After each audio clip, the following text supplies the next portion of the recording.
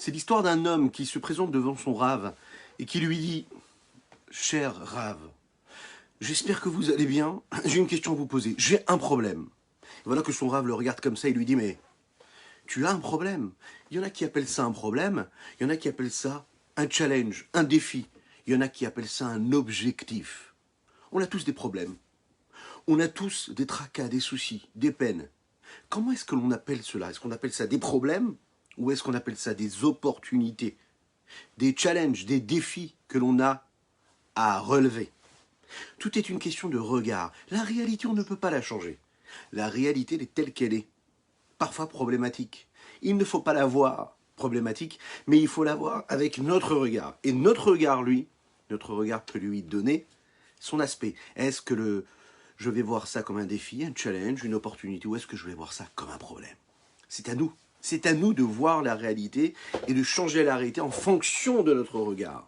C'est ce que nous allons développer ce matin dans notre Tania du jour, dans notre petite portion de Tania quotidienne que le Rabbi Shneur Zalman nous offre dans ce Tania du jour. J'espère que vous allez bien. Installez-vous tranquillement. On va démarrer dans quelques instants, juste après ces quelques notes de Nigun. Aïe aïe aïe aïe aïe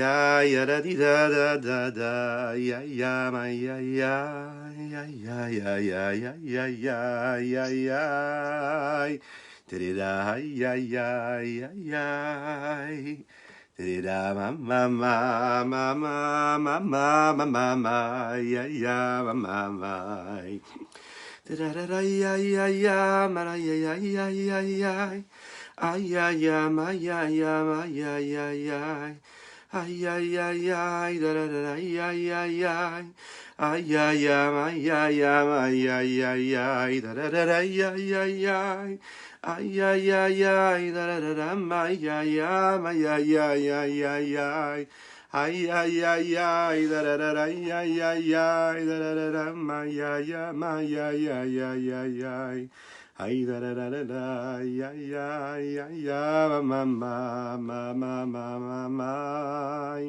da da da, ay ay ay ay ay, da da da, ay ay ay ay ay ay ay, da da da, ay ay ay ay ay ay ay, ay ay ay ay ay ay ay.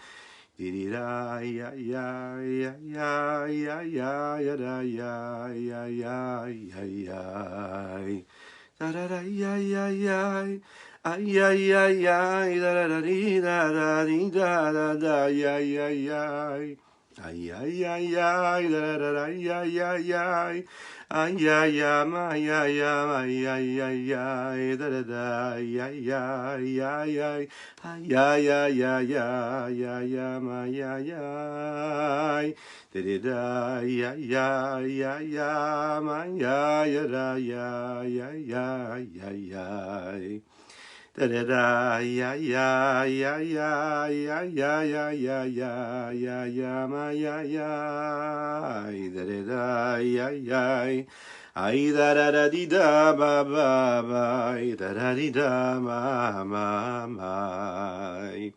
Boker tov les koulam, boker tov les koulam. Bonjour, bonjour à toutes et à tous.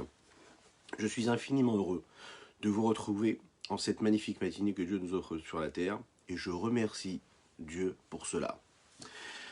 Aujourd'hui, nous étudions les Ilou Nishmat Sima Bat Estra Golda. Nous étudions également pour la Refoua Shelema de Rivka Bat Gabriela. Et nous étudions également pour le Leilou Nishmat, notre cher Rav David Shmuel Ben Avraham Zawi. Que je vous fasse que tous les mots de Torah que nous allons prononcer aujourd'hui soient pour Leilou Nishmato et qui apportent à son âme de l'élévation et du mérite et du courage à sa femme, à son épouse, et bien sûr à ses enfants, à toute sa famille et à tous ses proches. C'est l'histoire d'un homme. C'est l'histoire d'un homme qui regarde la vie comme des problèmes, comme un problème. C'est l'histoire de chacun et chacune d'entre nous. On est face à ces situations et on se dit, voilà, c'est problématique, je n'y arrive pas, c'est compliqué. Je suis à bout et ça ne mène à rien. Oui, on a parfois tendance à penser comme ça. Au Kertov, mon ami Laurent. Alors, chaque personne, chacun et chacune d'entre nous, quand on est face à un problème, quand on est face à une forme de compétition, quand on a quelque chose à affronter, quand on a un événement à vivre, eh bien la seule chose que l'on cherche, en général dans notre vie, c'est une forme de calme, de sérénité, de tranquillité. Il n'y a personne qui vous dira qu'il apprécie être ballotté d'un endroit à l'autre, psychologiquement, intellectuellement ou émotionnellement. On aime la tranquillité. Vous vous souvenez de Yaakov Avinu? Yaakov Avinu, on nous dit Bikesh Lishev Beshalva. Yaakov, à un moment, il voulait s'installer tranquillement, vivre une forme de sérénité, de tranquillité. Et là, qu'est-ce qui s'est passé? Il y a l'histoire de Yosef qui est arrivée. Oui. Ça veut dire qu'un homme cherche à vivre dans la tranquillité. A priori, on n'a pas de force pour être toujours dans le combat, dans la guerre, dans la confrontation. On a toujours quelque chose à affronter. Et notre nature première, c'est de se dire, non, c'est pas ce que je veux. Oui, la nature, c'est de se dire qu'on veut le calme, qu'on veut la tranquillité. On ne veut pas avoir à se battre.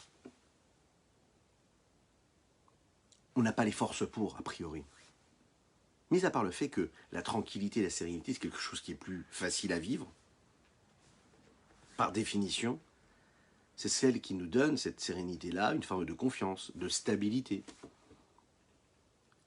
La confiance qu'on a besoin, et c'est l'ingrédient principal qui peut nous permettre d'avoir une santé mentale, psychologique, intellectuelle, morale, physique même, puisqu'on le sait, quand on est tiraillé, quand on est angoissé, quand on est stressé, quand on a beaucoup de problèmes à gérer dans notre vie, cela touche non seulement notre esprit, notre âme, mais aussi notre corps, notre physique.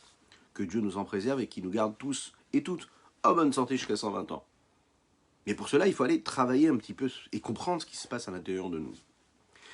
La première difficulté que l'on a ici, c'est que quand on est face à des événements à affronter, quand on est face à ces compétitions de la vie, quand on a besoin de combattre et de faire et de mener ces batailles sur des éléments essentiels, de base, de la vie de tous les jours, eh bien,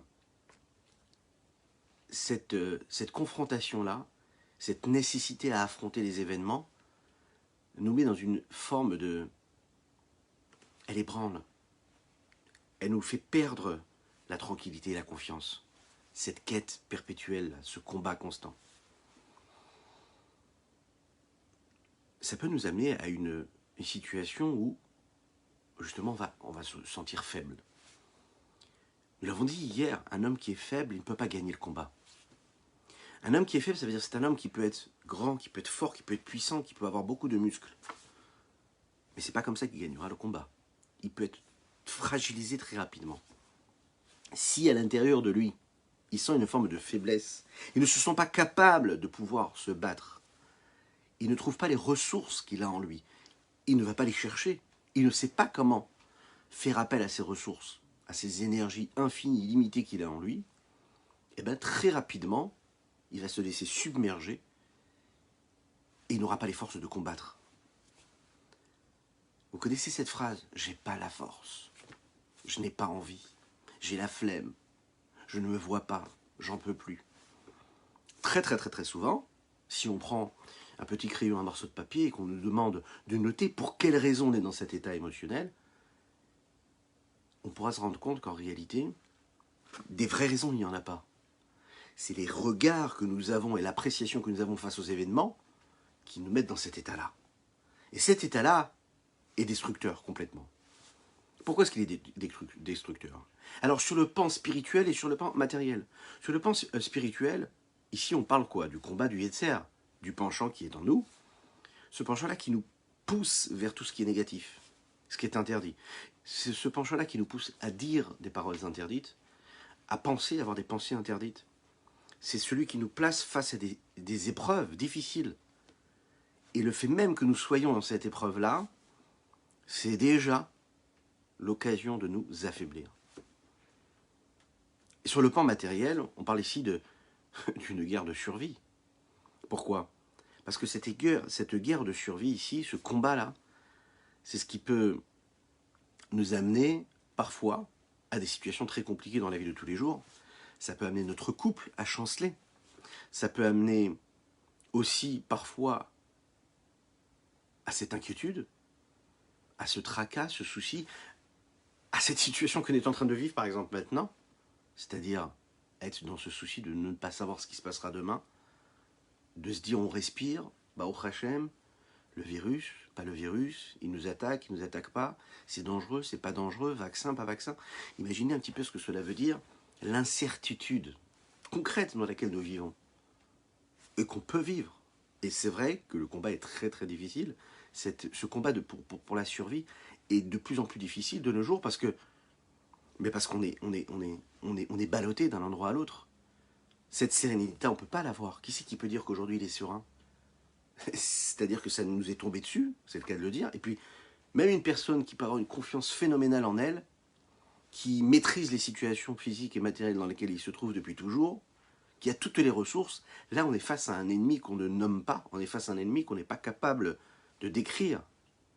Qui c'est qui peut dire qu'il est capable de le combattre? Personne.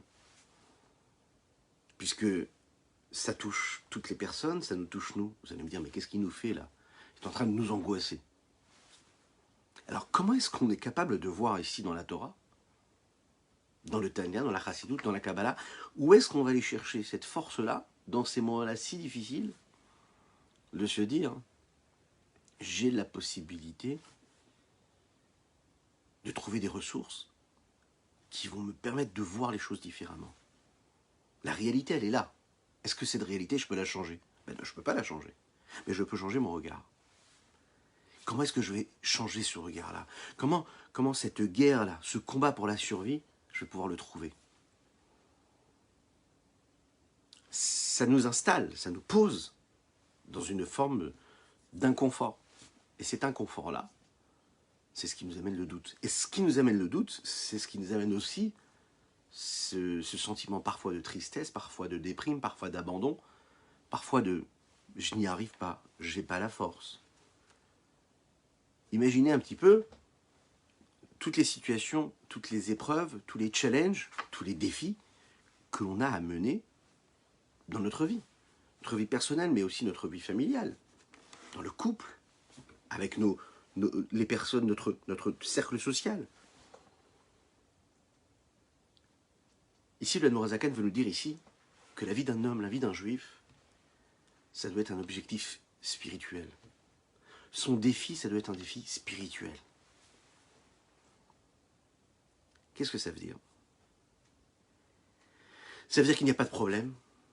Ça veut dire que le fait de dire qu'il n'y a pas de problème, c'est pas le déni, c'est pas une fuite. Le fait de dire qu'il n'y a pas de problème, c'est pas de dire non, je ne suis pas dans une inquiétude, non, je ne suis pas inquiet. Le Admor HaZaken va te dire, c'est pas qu'il n'y a pas de problème, c'est pas qu'il n'y a pas d'inquiétude. C'est juste que la façon avec laquelle toi tu vas voir les choses. Où est-ce que tu te poses? Quelle est la bulle que tu vas créer autour de toi? Dans quelle réalité tu vas décider de vivre? Le point essentiel ici, il est de dire que la seule chose qui doit t'intéresser, quand tu te lèves le matin, quand tu es face à ces situations qui se présentent à toi, c'est quel est mon défi? C'est de comprendre qu'en réalité, cette forme de sérénité que tu es persuadé de devoir vivre, c'est pas une sérénité qui va de soi, et c'est pas celle que tu penses que tu dois avoir. La sérénité que tu dois vivre et que tu dois avoir, c'est celle qui provient d'un challenge, d'un défi. La plus belle des réussites, c'est celui qui est en train de grimper cette montagne qu'il a envie de grimper pour pouvoir atteindre son objectif. Celui qui a un rêve, celui qui a le rêve de monter au sommet de l'Himalaya, demandez-lui est-ce qu'il voit ça comme un problème ou est-ce qu'il voit ça comme un défi? Si on décide de vivre la vie telle qu'elle se présente à nous en subissant les événements, alors en effet, c'est des problèmes qui se présentent à nous.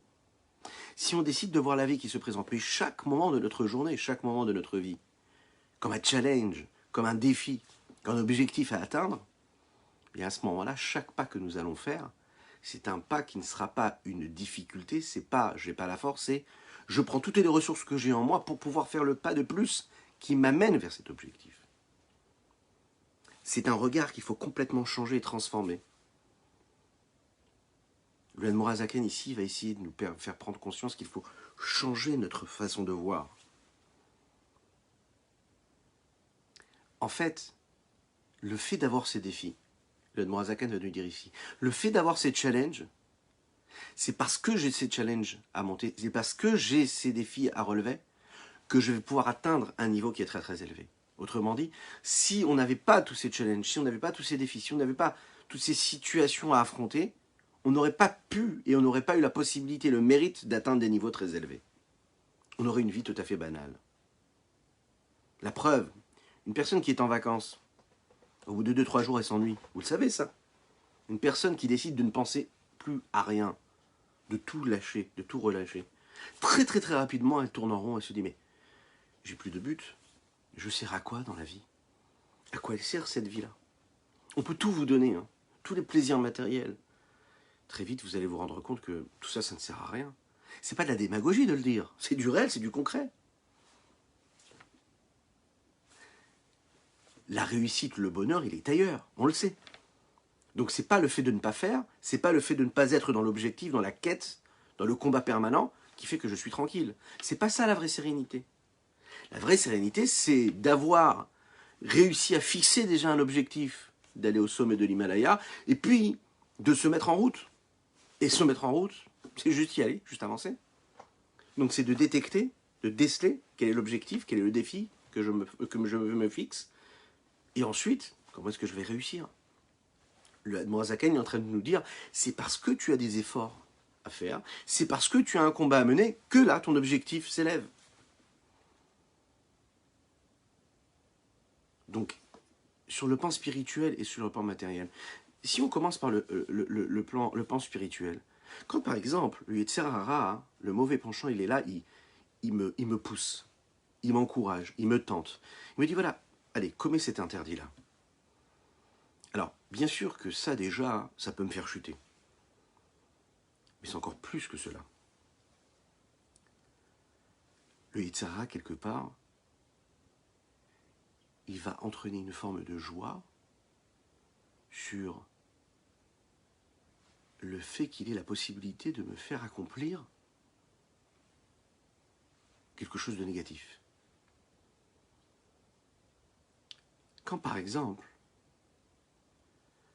j'ai la possibilité moi de combattre ce Yetzer Hara et de comprendre que si mon mauvais penchant là, il m'amène à quelque chose de négatif, il me pousse à faire quelque chose de négatif, et que à ce moment-là, moi je combats cela, et que je ne tombe pas dans le panneau, j'ai une simra, j'ai une joie qui va complètement se dégager de moi, et que je vais vivre intérieurement, qui va irradier toute ma personne. Parce que j'ai réussi à combattre ce Yetzer Hara qui m'a présenté, qui m'a mis devant une fatalité, devant quelque chose de totalement négatif. Ça va m'amener de la joie. Vous savez que là, par exemple, demain, on va lire les 10 commandements. Et parmi les 10 commandements, il y a un commandement qui s'appelle l'otignov, il ne faut pas voler. Bon, à quel moment on accomplit cette mitzvah-là de ne pas voler?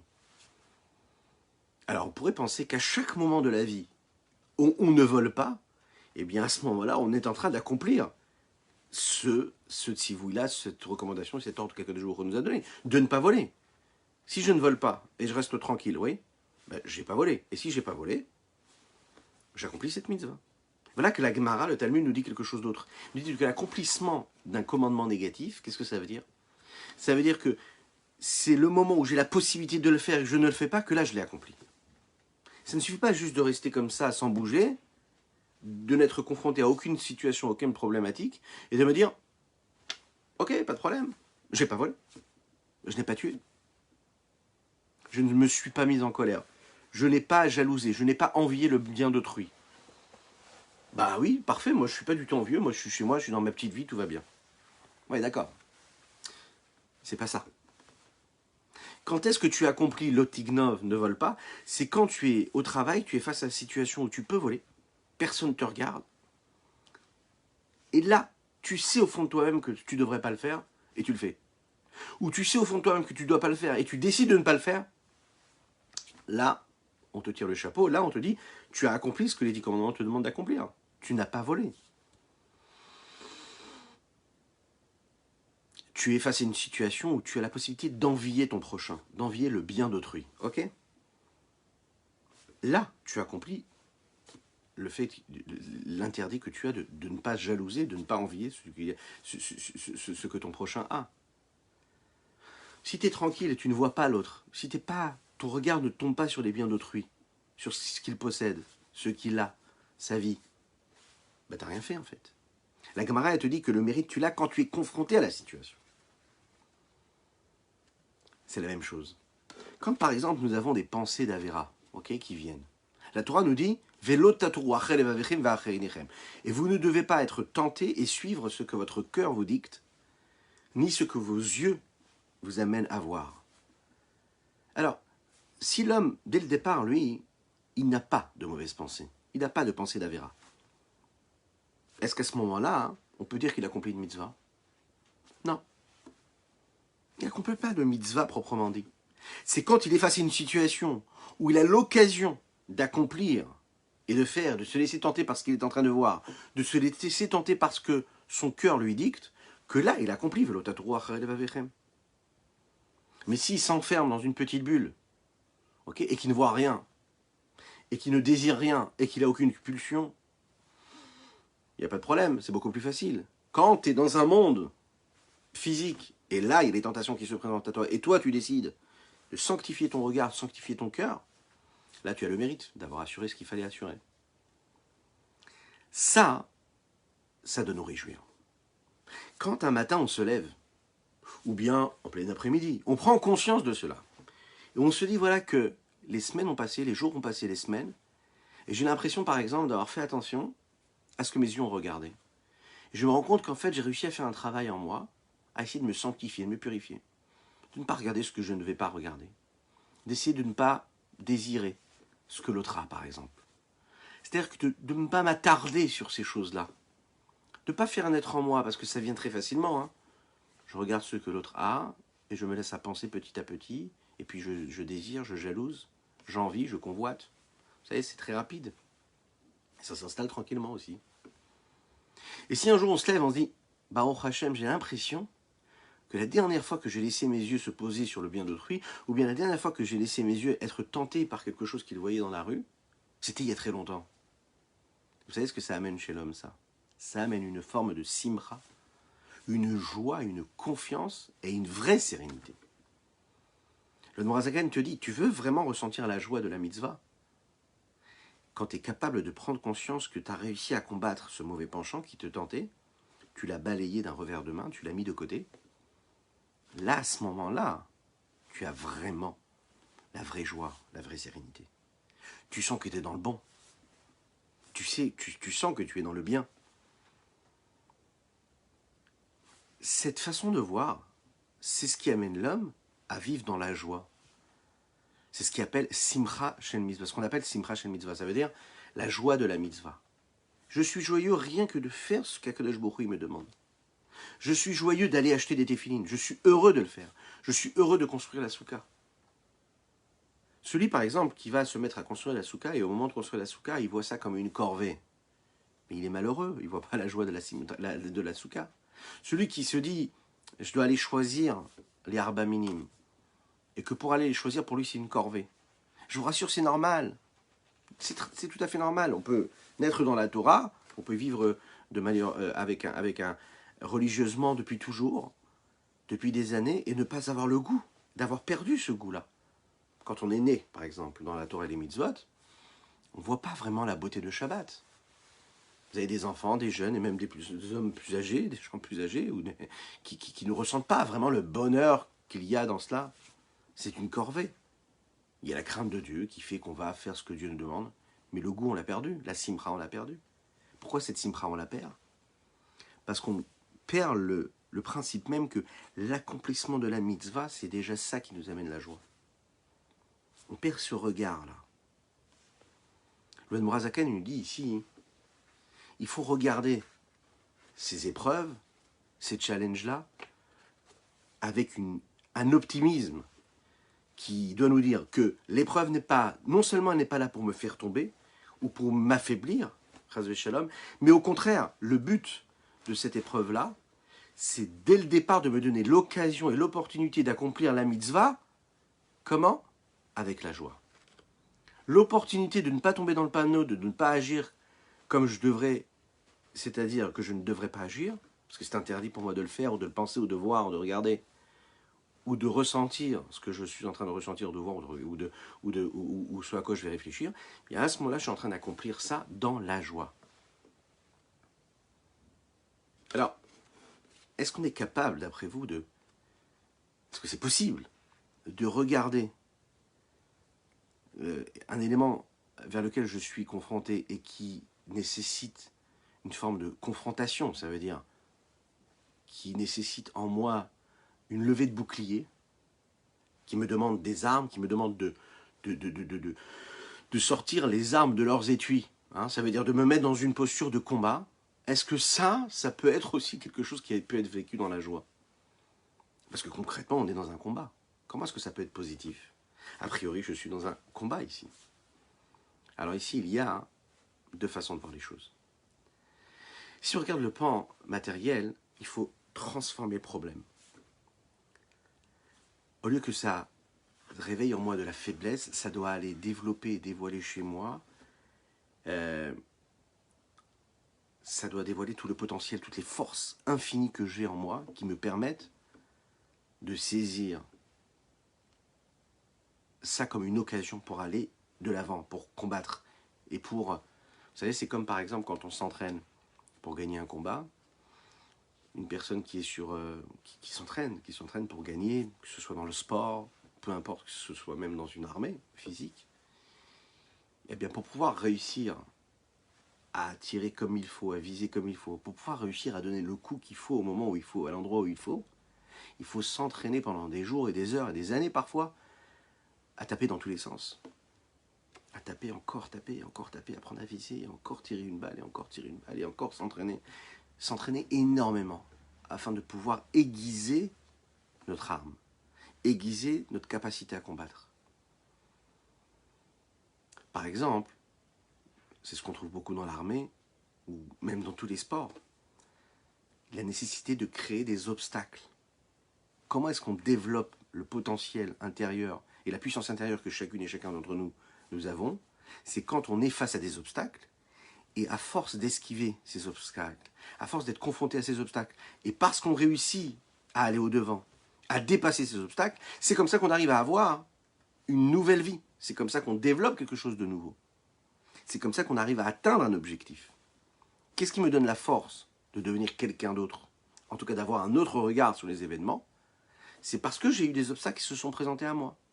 Et donc, j'ai aiguisé ma façon de voir, et je me suis habitué à vivre comme cela. Et petit à petit, j'ai trouvé des armes, j'ai réussi à combattre une fois, deux fois, trois fois, et je suis devenu, le zèle s'est installé en moi. J'arrive à gérer les situations. C'est-à-dire que les obstacles, quand ils se présentent à moi la première fois, eh bien, j'ai trouvé ça difficile. J'ai cherché en moi des ressources qui me permettent de combattre ces obstacles, de passer outre ces obstacles. Et petit à petit, ces obstacles se sont encore une fois présentés à moi. Eh bien, la fois d'après, j'ai eu un petit peu plus de force que je n'ai eu la fois précédente. Et petit à petit, j'ai avancé. Et à un moment, j'ai réussi à traverser ce parcours-là avec facilité. Qui c'est qui va devenir le tireur d'élite? Qui c'est qui va réussir à gagner le combat, qui va devenir le champion de boxe? C'est celui qui va réussir à franchir tous les obstacles, qui vont lui permettre d'aller au bout du bout, et de devenir le meilleur de ce qu'il pouvait devenir. Comment on peut devenir le meilleur de ce que nous sommes, nous? Ouais. C'est quand on va être capable d'affronter les obstacles, non pas avec de la tristesse. C'est-à-dire que quand l'obstacle qui se présente à nous, on n'y voit pas un problème, on voit un obstacle qui me permet d'atteindre mon objectif. Ça fait partie du jeu. On est dans un grand jeu, voilà, dans un grand terrain-jeu. Et ce jeu, il est en nous, le terrain, il est en nous, dans notre cœur, dans notre esprit. Et à chaque fois qu'on est face à une situation, on doit s'armer de courage, se dire, ça n'est pas une épreuve, c'est un obstacle qui fait partie de ce challenge. Allez, comment est-ce que je vais l'affronter? Mais j'ai pas du tout de force, je me vois pas du tout comment affronter cet obstacle. Ben, je vais aller chercher en moi. La première fois, ça va être très très très difficile. Mais la deuxième fois, quand je vais refaire le parcours encore une fois, ça va être beaucoup plus facile parce que je sais à quoi... Pardon, excusez-moi. Je saurai à quoi m'attendre. Et quand je sais à quoi m'attendre, eh ben, j'avance beaucoup plus facilement. Je sais où aller. Alors, on l'a dit hier, hein, on l'a dit, il faut faire attention. C'est pas à n'importe quel moment qu'il faut travailler. C'est pas à n'importe quel moment qu'il faut combattre. Quand ces problèmes-là se présentent à moi, quand ces remises en question, elles se remettent en moi, quand c'est cet affaiblissement qui se profile comme ça dans ma vie arrive, alors que je suis en train d'aller travailler et que j'ai une mauvaise pensée qui arrive, attention, c'est dangereux, ça doit disparaître. C'est pas le moment, hein, on l'a dit hier. Faire des bilans, faut prévoir des moments précis pour cela. C'est pas n'importe quel moment qu'on fait ce combat-là. Au moment où tu es sur le combat, tu es face à un obstacle, et ce qu'on te demande, c'est juste de sauter 2 mètres de haut, tu dois pas être là en train de te poser des questions, comment mathématiquement tu dois faire en sorte pour armer ton arme, ou comment est-ce que tu vas, si tu es pilote d'avion de chasse, sur quel bouton tu vas appuyer. C'est pas le moment. Là, ce qu'on te demande, c'est de travailler ton zèle, travailler ta rapidité, travailler tes muscles. C'est pas la même chose, c'est pas la même chose. Si au moment où tu es en train de faire un exercice physique, tu es là à te poser la question, de te dire, mais est-ce que j'ai vraiment compris, comment ça marche, quelle est la théorie de... C'est pas du tout le moment. Donc toi, dans la vie de tous les jours aussi, c'est pareil. Si tu es au moment de prier, et il y a quelque chose qui te vient comme ça pendant que tu es en train de prier, il y a un problème. Si tu as des plaisirs, des désirs, des pulsions qui viennent au moment où tu es en train d'étudier, tu dois essayer de comprendre et de déceler pourquoi est-ce que ça vient là à ce moment-là. Et si ces remords que tu as, ils viennent t'empêcher d'avancer encore plus, alors là, il y a un vrai problème.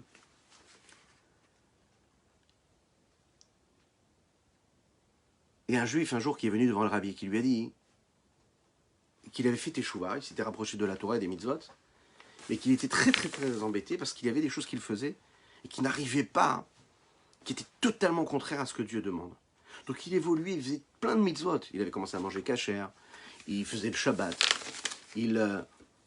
tout ce qu'il pouvait faire, il le faisait. Il mettait les téphilines, il étudiait la Torah, il faisait les 3 téphilotes, tout ce qu'il pouvait faire, il le faisait. Seulement, il accomplissait un interdit qu'il n'arrivait pas à relever et qu'il n'arrivait pas à faire partir de son existence, de sa vie. Quelque chose de totalement interdit.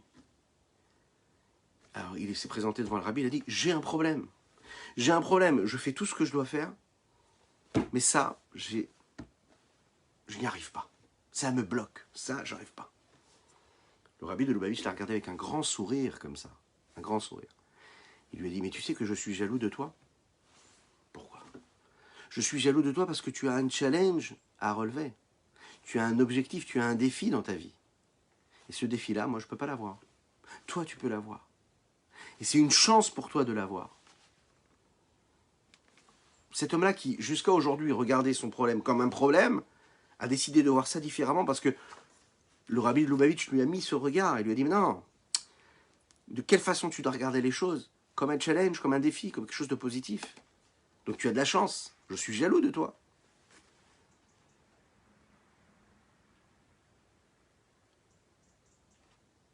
Regardez ce que le Admorazaken nous dit dans les mots. Chapitre 27.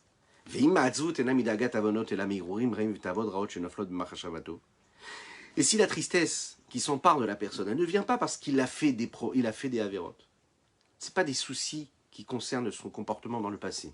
Mais c'est des mauvaises pensées et des plaisirs qui se présentent à lui maintenant, au présent, qui lui disent, il est en train de faire la tefila, en train d'étudier la Torah, et puis elles viennent comme ça en lui.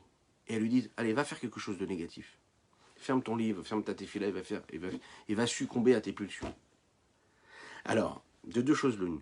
Si ça vient à un moment où il n'est pas en train d'étudier, où il n'est pas dans un moment où il sert Dieu, mais au moment où tout simplement il est au travail, ou bien il est en train de faire ses courses, il est en train de marcher dans la rue, il est en train de faire son sport, ou ou ce qui peut y ressembler. Adraba, il doit être content de cela. Il faut se réjouir de la part que l'on a. Bien que ça vienne en moi, bien qu'elle vienne dans mes pensées, eh bien moi je les fais partir. Je dois me dire, ok, je suis en train de faire mon sport, et ok, j'ai une tava qui arrive. J'ai l'envie de faire une avéra qui arrive. Au lieu de me dire, waouh, c'est insupportable, je dois me dire, mais c'est magnifique, c'est un mérite inouï que j'ai là. J'ai la possibilité de succomber, et je ne succombe pas, et je la dégage, et je la fais partir d'un revers de main. Waouh, ça, C'est un mérite. C'est ça la vision qu'il faut avoir. Il ne faut pas se dire, oh là là, malheureusement, mais c'est pas possible. Je suis vraiment, mais un moins que rien, quoi. Ça veut dire que je suis pas tranquille, il faut que j'ai des pulsions maintenant, et je suis en train de faire mes courses, faut que j'ai des mauvaises pensées qui arrivent. Non, je dois me dire, génial, yesh lismor bechelko, il faut se réjouir de notre part. Les kayem hachénémar, comme il dit dans le schéma Israël que nous lisons tous les jours, Velo taturu achar elevavrechem vacharinechem asheratem zonim acharem, et vous ne suivrez pas, vous ne serez pas tentés par votre cœur, ni par vos yeux, vers lesquels vous êtes attirés. Et le Morazaken de nous dire, Veina katuv medaber betzadikim ikra lekor am zonim chas veshalom. On ne parle pas ici des tzadikim, au point de les appeler comme ça zonim, c'est-à-dire qu'ils sont complètement tentés, pardon, excusez-moi, parce qu'ils se présentent à eux. On ne parle pas des tzadikim, hein. On parle des gens simples. On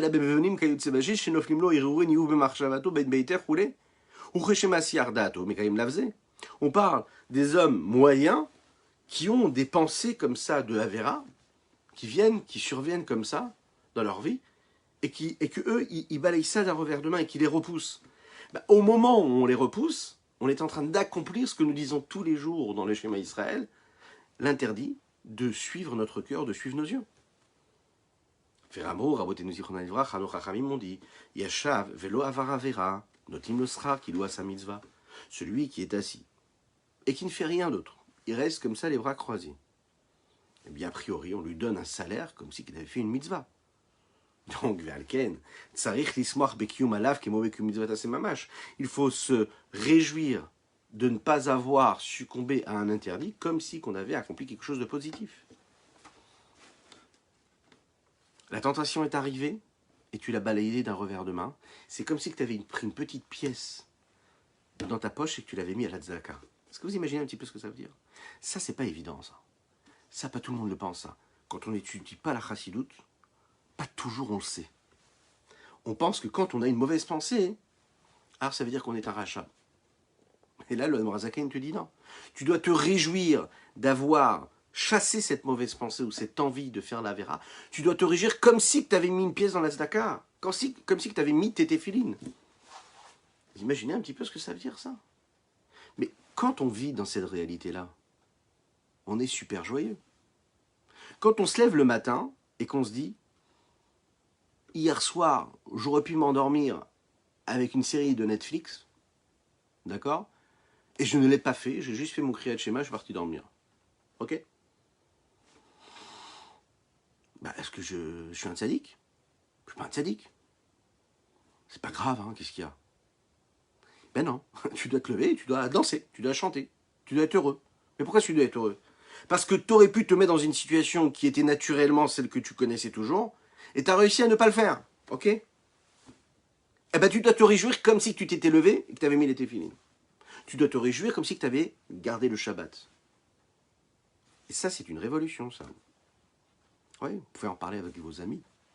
On doit se réjouir d'une situation où on a repoussé une mauvaise pensée comme si qu'on avait accompli quelque chose qui était une mitzvah positive. Allez dire à une personne, dire, tu manges kasher? Bien sûr, je mange kasher. T'es heureux de ça? Bien sûr.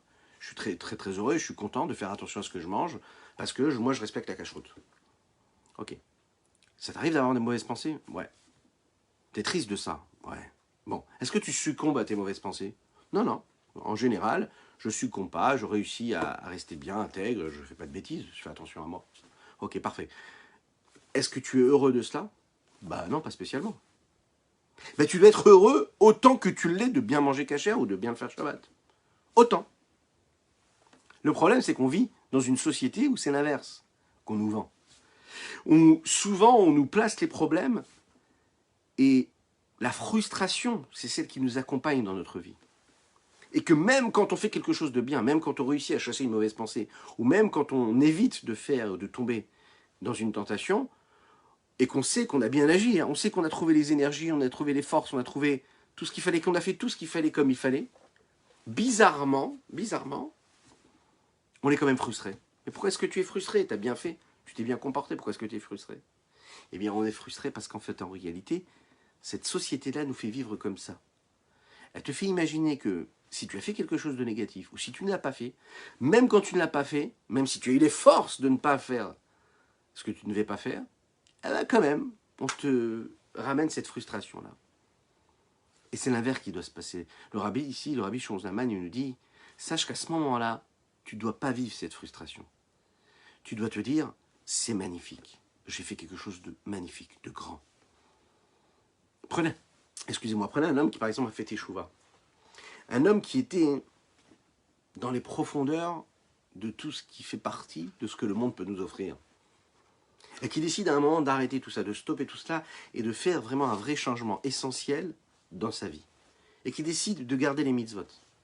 Qui décide de se couper de toutes les futilités que le monde peut nous offrir. Il décide de s'en éloigner. Et il investit toutes ses forces, toute son attention dans la Torah et dans les mitzvot. Après des dizaines d'années de Gdusha, de sainteté, il a grandi, il a évolué, il est capable de déceler qu'est-ce qui est matériel, qu'est-ce qui est spirituel. Il a fait un travail sur lui. Et on peut imaginer qu'il est propre de tout ce que le monde peut lui offrir. On peut imaginer qu'il a vécu ce sevrage de cette vie matérielle et corporelle. Les tentations, a priori, ne sont pas là. Et puis, oui, non, on peut le dire, sa vie, il n'est pas tenté. Voilà, il ne regarde même pas ce que le monde peut lui offrir. Et voilà que se présente à lui une épreuve phénoménale, très difficile. C'est des épreuves qui se présentent à un homme lorsqu'il est jeune. Les épreuves de la vie qu'on peut avoir avant d'avoir fait Teshuvah, par exemple. Alors, mis à part le fait qu'il y ait une difficulté dans cette épreuve, l'homme peut aussi ressentir une forme de frustration et de déception et de tristesse inouïe, parce qu'il va se dire, mais comment après tout ce que j'ai fait, toute la Kedusha, toute la Torah que j'ai étudiée, toutes les prières que j'ai prononcées, comment après ce long voyage de Teshuvah, comment est-ce que moi je peux me retrouver tenté de faire une avéra aussi grave? Donc il y a deux choses qui se mettent devant lui ici. Il y a déjà l'épreuve de ne pas tomber, mais là aussi la déception de soi, c'est-à-dire de se dire, mais comment est-ce que je peux être celui-ci, celui qui ressent une chose pareille? Est-ce que ça veut dire que ma Teshuvah, alors, c'est une fausse Teshuvah? J'ai mal agi, en fait. En fait, c'est faux, quoi. En fait, j'ai joué un jeu. En fait, je ne suis pas vraiment un Baal Teshuvah, puisque je suis encore une fois tenté. Ça veut dire que quelque part, je n'ai pas bien fait Teshuvah, puisque j'ai envie de faire une Avera Chas v'Shalom. Par exemple, vous avez ces couples-là. Il y a un couple comme ça qui m'a présenté ce problème-là. Voilà que le mari a fait Teshuvah, la femme a fait Teshuvah, et que un des deux, qui avance et qui fait tout pour bien faire, et qui parfois, dans son comportement, un comportement d'homme, il va se mettre parfois en colère, il va manquer de patience, il va être l'inverse de ce qu'un homme qui étudie la Torah ou qui fait la Torah, qui accomplit la Torah et les mitzvot, qui prie, qui doit se comporter.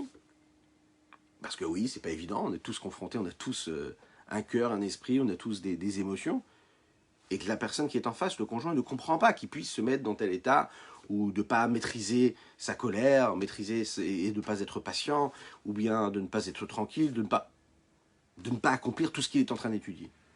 Donc qu'est-ce que ça amène? Ça amène deux choses. Déjà, le fait de ne pas pouvoir relever ce défi-là, et trouver que c'est une épreuve phénoménale, mais aussi il y a cette déception-là de se dire, mais alors, ça veut dire quoi? Ça veut dire que tout ce que je fais, c'est rien alors? C'est-à-dire que si mon conjoint ou ma conjointe, elle me dit, ouais, mais allez, à quoi ça sert d'aller faire la tefila? À quoi ça sert de faire la tefila? À quoi ça sert de faire les mitzvot? À quoi ça sert d'étudier la Torah? Si quand tu viens à la maison, t'es sur les nerfs, ou t'es pas capable de parler aux enfants comme il faut, mais alors à quoi ça sert ta Torah? Vous connaissez ce dialogue? C'est un dialogue qui peut exister, qui parfois existe dans la vie. Quelle est la réponse à donner à ça? Parce que c'est terrible, ça. Ce genre de remarque, qu'est-ce qu'elle fait?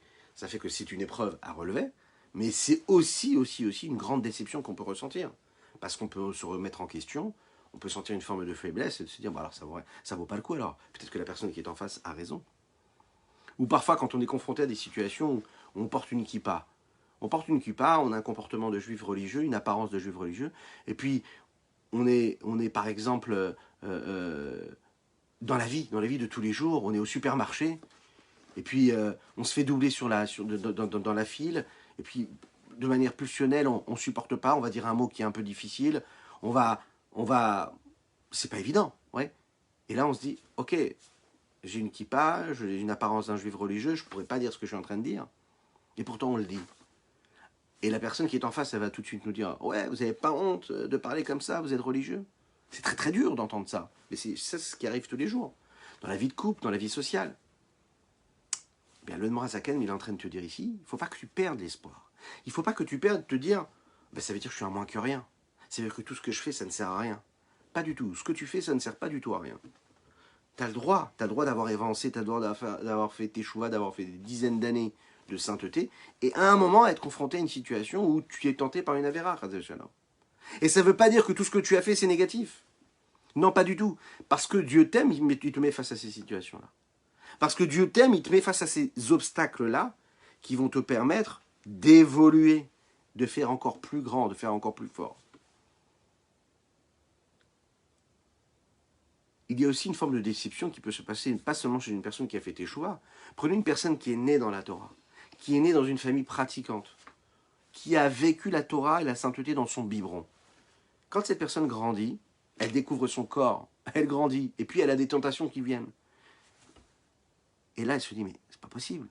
C'est pas possible, c'est complètement l'inverse de tout ce que j'ai fait toute ma vie. C'est l'inverse de ce que l'on m'a enseigné. La déception, elle peut être terrible. La déprime peut être terrible. C'est un jeune homme qui grandit et qui ne sait pas comment réagir face à ces situations-là. La Chassidoute, elle vient et te dit, mais pas du tout, c'est tout à fait normal. C'est la loi, c'est normal, c'est comme ça.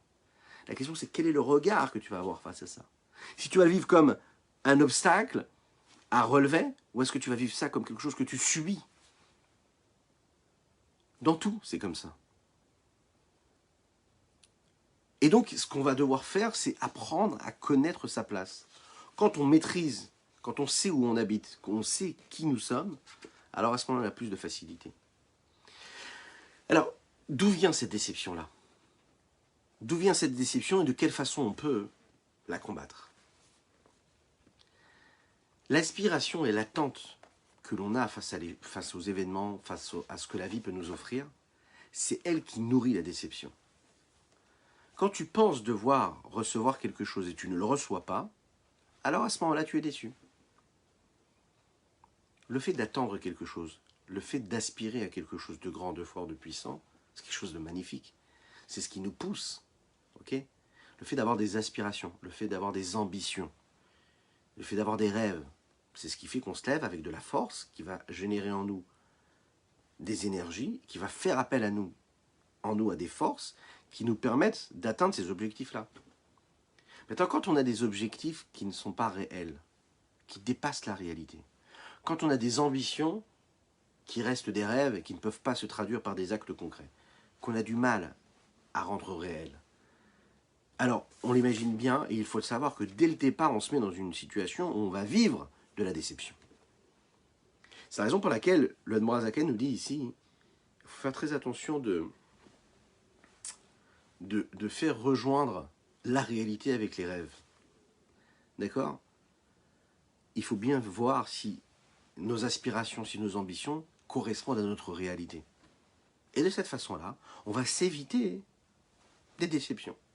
Autrement dit, on peut vivre des mois, des années, en étant persuadé qu'on doit atteindre tel ou tel objectif, que pour nous, le principe même de la réussite et du bonheur, c'est d'atteindre tel et tel objectif, alors que ce n'est pas du tout ce qui est bon pour nous, et que jamais on pourra les atteindre. Donc on va vivre toute notre vie, avec des frustrations, avec des déceptions. Tu ne veux pas vivre de frustration et de déception, eh ben n'aie pas d'ambition qui dépasse ce que toi tu es censé avoir comme ambition. Il faut que tu sois dans la réalité. Et la meilleure des manières ici, c'est de connaître sa place, de savoir qui on est. Vous savez ce que dit le Pirkei Avot? Le Pirkei Avot, le Maxime de nos pères, nous donne 48 façons, d'accord, d'emprunter le chemin de la sagesse. 48 manières, 48 chemins. Et parmi ces chemins-là, il y en a un qui est intéressant. Amakir et Mekomo, celui qui connaît sa place. Savoir qui je suis, savoir qu'est-ce que je suis, savoir connaître quels sont mes points forts et mes points faibles, savoir qu'est-ce que je peux avoir comme atout, comme avantage, et savoir ce qui est l'inverse chez moi. Et de cette façon-là, je saurai diriger ma vie et de ne pas être tenté négativement et de ne pas tomber dans la frustration, dans la déception. Je dois placer les attentes, oui, je dois être attiré, je dois me placer des challenges, mais ces attentes-là, elles doivent correspondre à ce qu'est ma vie. D'accord? Je ne dois pas rêver d'avoir la vie de l'autre. Je ne dois pas chercher à avoir l'ambition que l'autre a. Je dois faire ce qui m'incombe à moi. Vous connaissez ces personnes-là, et ça arrive souvent. Ces personnes, ça peut être nous-mêmes, hein, parce que des moments de notre vie aussi, on peut être comme ça, mais ça peut être des gens parfois qui subissent ça, qui sont des aspirateurs, comme des ventouses. C'est-à-dire que dès qu'ils rencontrent une personne, ils s'imaginent qu'ils doivent vivre comme cette personne est en train de vivre. Ils voient une personne qui possède telle maison, ils se disent ah, « moi aussi, il me faudrait cette maison ». Ils voient une personne qui a telle et telle épouse ou tel et tel mari, ah, c'est comme ça que moi je rêverais d'avoir mon mari ou mon épouse. Ils voient des enfants qui se comportent comme ça, ah, c'est comme ça que mes enfants devraient être. Vous imaginez un petit peu? On est tous un petit peu comme ça, mais il y a des gens chez qui c'est très très présent. Ils ne sont jamais heureux. Ils vivent dans une frustration, dans une déception permanente, constante. Pourquoi? Parce qu'ils voient toujours ce qu'ils n'ont pas, et ils voient chez l'autre, ou ils voient ailleurs, ce qu'ils... Ils placent ça comme des nouvelles aspirations, comme des nouvelles ambitions. Et bien, ils ne sont jamais tranquilles. Pourquoi? Parce qu'ils ne connaissent pas leur place. Tu ne peux pas être partout. Si tu as cette aspiration, tu n'auras jamais l'autre. Alors moi, j'aspire à être un très très très grand rave. Magnifique. Pour moi, c'est magnifique. Ok, parfait. Mais en même temps, j'ai une autre aspiration. Hein. Le lendemain, je me lève. Waouh, je vois celui-là, il a une magnifique maison, une magnifique voiture. Je veux la même. Mais comment tu peux avoir les deux? Tu peux pas avoir la même vie. C'est compliqué, tu sais. Tu sais que c'est compliqué. Tu peux pas être un très très très très grand rave qui étudie la Torah toute la journée, qui t'investit sans arrêt dans la spiritualité et la sainteté, et en même temps, avoir la dernière Porsche qui vient de sortir. C'est un peu embêtant, quoi. Pourquoi? Parce que ta tête, elle ne peut pas être ailleurs, partout. Donc, si quand tu vas là, tu es dans la frustration de ne pas avoir ce qui se passe le lendemain, eh ben, tu n'es pas tranquille. Tu es dans la déception et la frustration.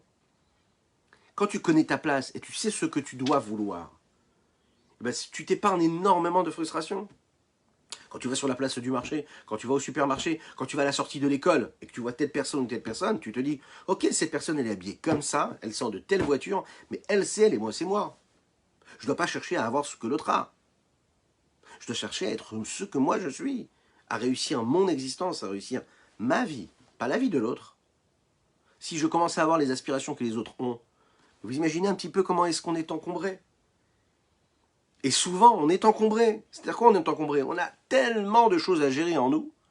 Et en fait, c'est tellement de frustration qui s'installe dans notre cerveau, dans notre cœur, et puis qui encombre nos émotions. C'est le début du problème. Pas du problème, de la solution. D'être capable de détecter et de comprendre que tout vient tout vient du fait que je ne connaisse pas ma place. Je ne sais pas où je suis. Et l'Admorazaken nous dit ici que le fait qu'on ne connaisse pas sa place, ça vient de quelque chose en nous. Ça vient d'un trait de caractère, ça vient de quelque chose de pas très très très joli, qui s'appelle le gassut harouar. On appelle ça la grossièreté de l'esprit.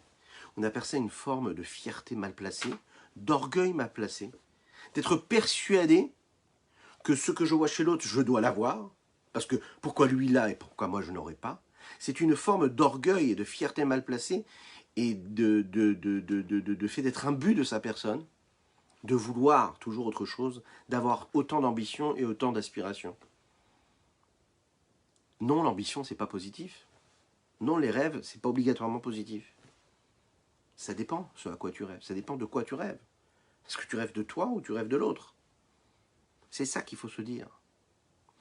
La futilité et les banalités du monde, elles s'emparent de notre cerveau et elles nous vendent des aspirations qui créent des frustrations.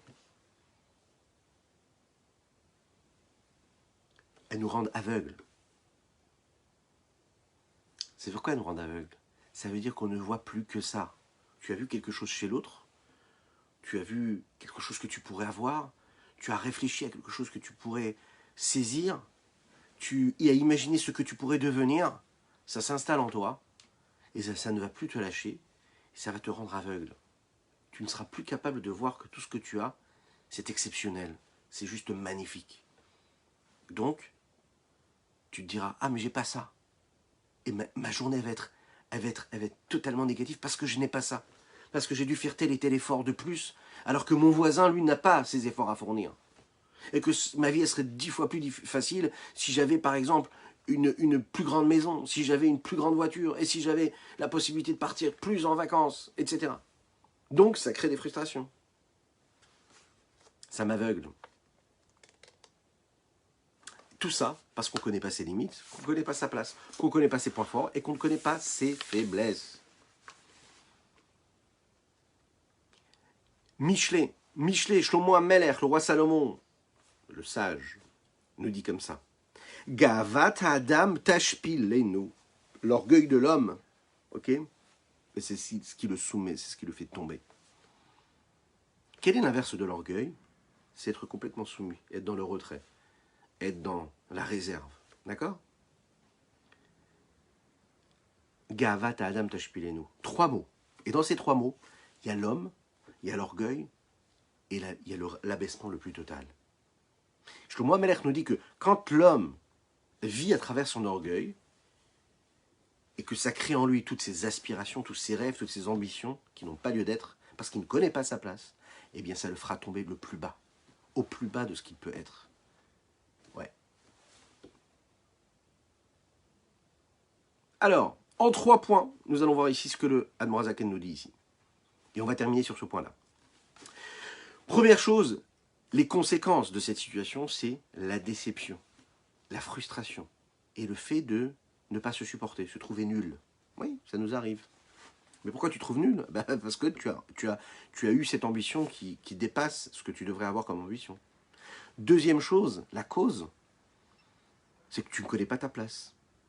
Troisième chose, c'est d'où vient cela.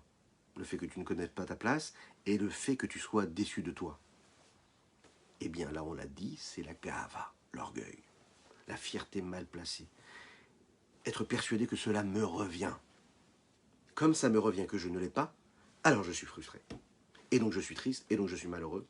Et donc la vie elle est difficile, et donc j'ai pas la force, et donc je peux pas, et donc j'ai pas envie, et donc c'est pas bien, et donc c'est pas assez. Voilà pourquoi. La solution à cela, le Admorazaken nous dit, c'est complètement l'inverse. C'est l'inverse de l'orgueil. On peut s'imaginer, on se dit, ah l'orgueil c'est pas bien, mais non, là il nous a dit, tous nos problèmes viennent de cet orgueil que nous avons en nous. Cette fierté mal placée. Et donc quel est le combat? Qu'est-ce qui va nous permettre de combattre cela? C'est d'aller chercher l'ingrédient qui va à l'inverse. Il va falloir trouver le vaccin à ce virus. D'accord? Quelle est la solution? C'est la modestie et la pudeur. Une personne qui réussit à apprendre à se comporter avec pudeur, mais vous savez, la pudeur, c'est pas seulement chez les femmes, c'est aussi chez les hommes. C'est la pudeur du comportement. C'est la pudeur de l'esprit, c'est la pudeur du cœur. C'est la pudeur des aspirations. C'est se calmer, c'est redescendre un petit peu. Vénafchi Kéafar la coltier, que mon âme puisse regarder tout ce qu'elle voit pendant sa journée comme de la poussière. C'est ramener les choses à leur plus simple appareil. Ramener tout à leur essence, à leur essentiel. Ramener tout à ce que c'est à la base. C'est-à-dire que la molécule qui doit être celle qui traverse mon esprit, mon corps, mon cœur, c'est celle de la modestie et de la pudeur. C'est ça qui doit me nourrir.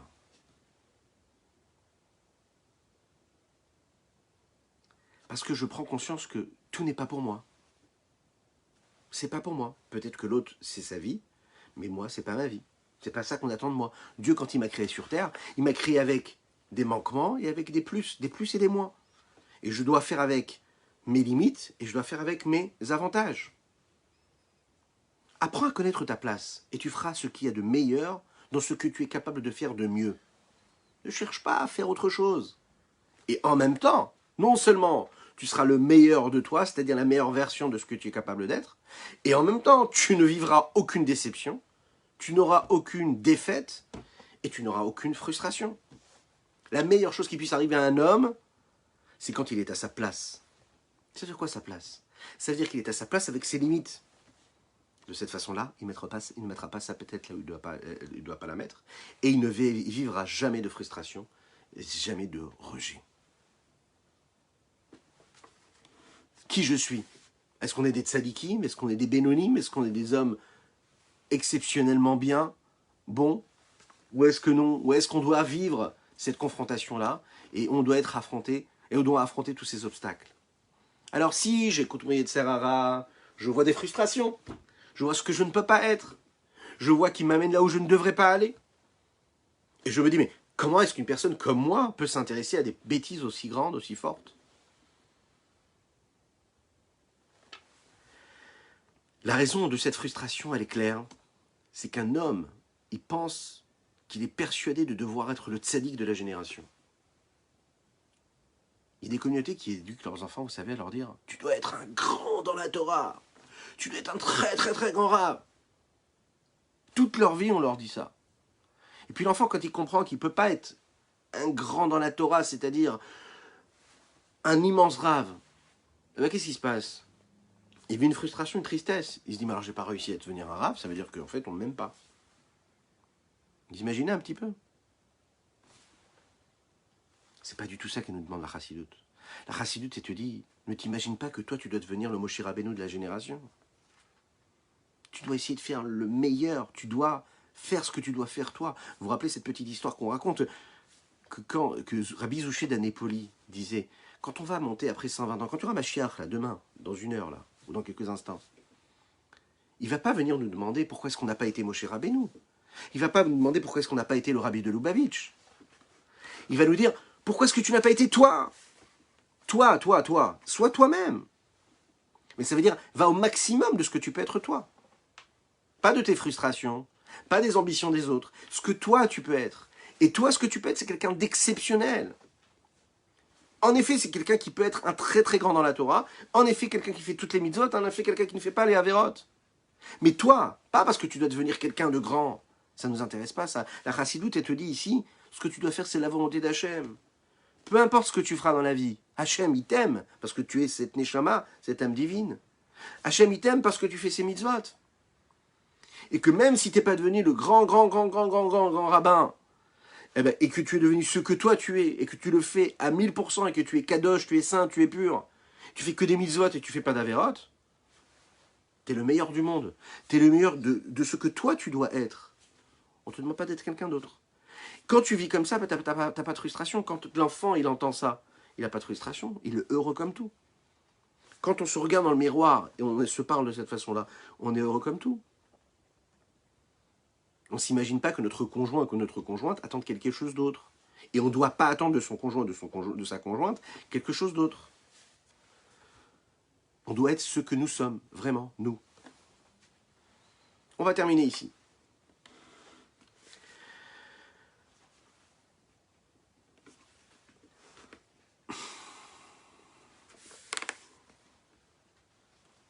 Ve'adraba, dans les mots, hein.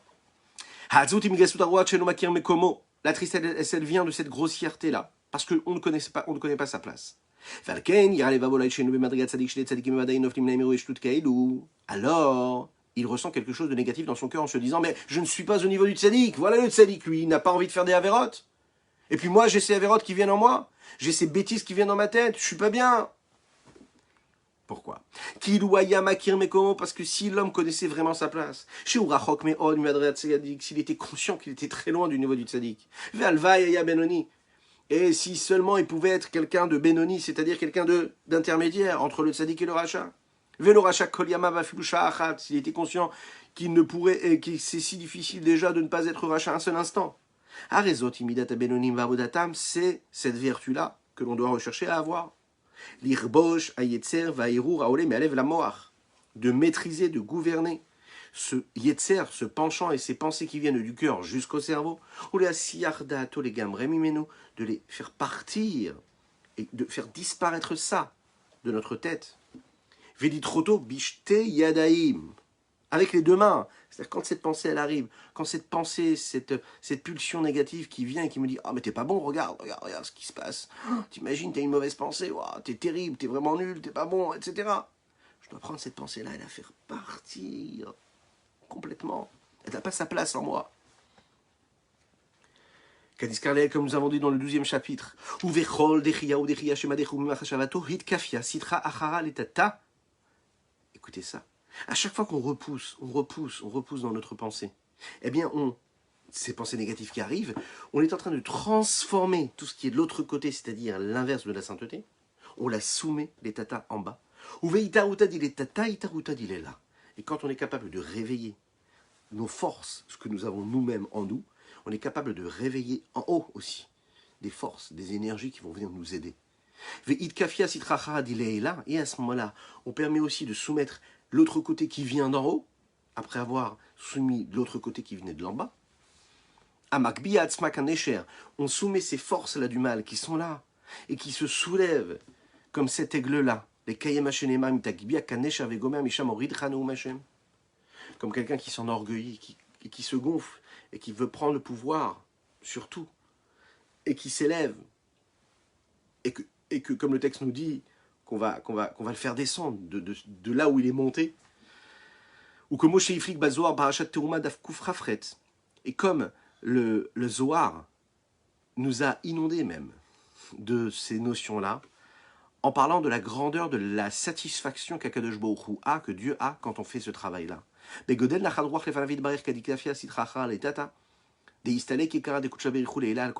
Quand on réussit à soumettre le négatif et le chasser et le faire partir de notre cerveau, de le balayer d'un revers de main.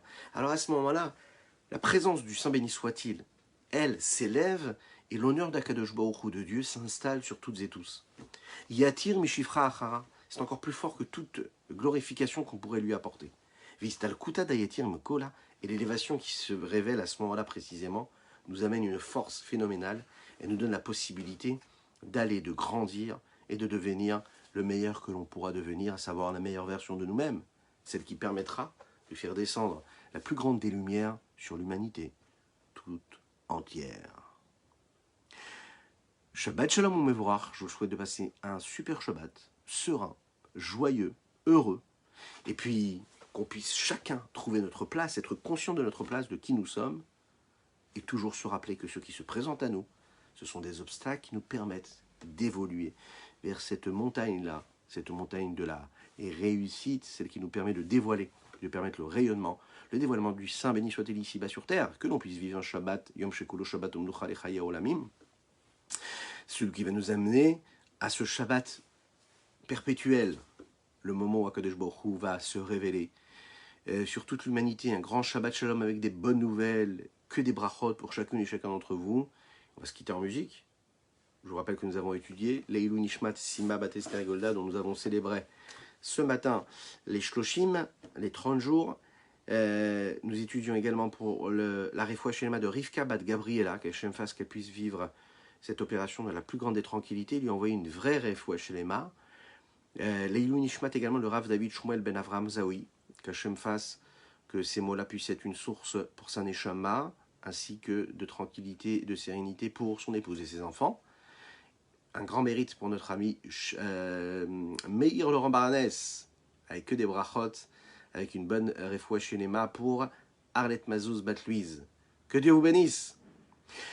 Lecha dodi lichat kala pene Shabbat nekabela shamo vezachor vedibur echad ishmiyanu ken lameyuchad Hashem echad u'shemo echad V'shemo tiferet v'hidei lecha dodi v'ikrat gala pene Shabbat nekabela Shabbat Shalom.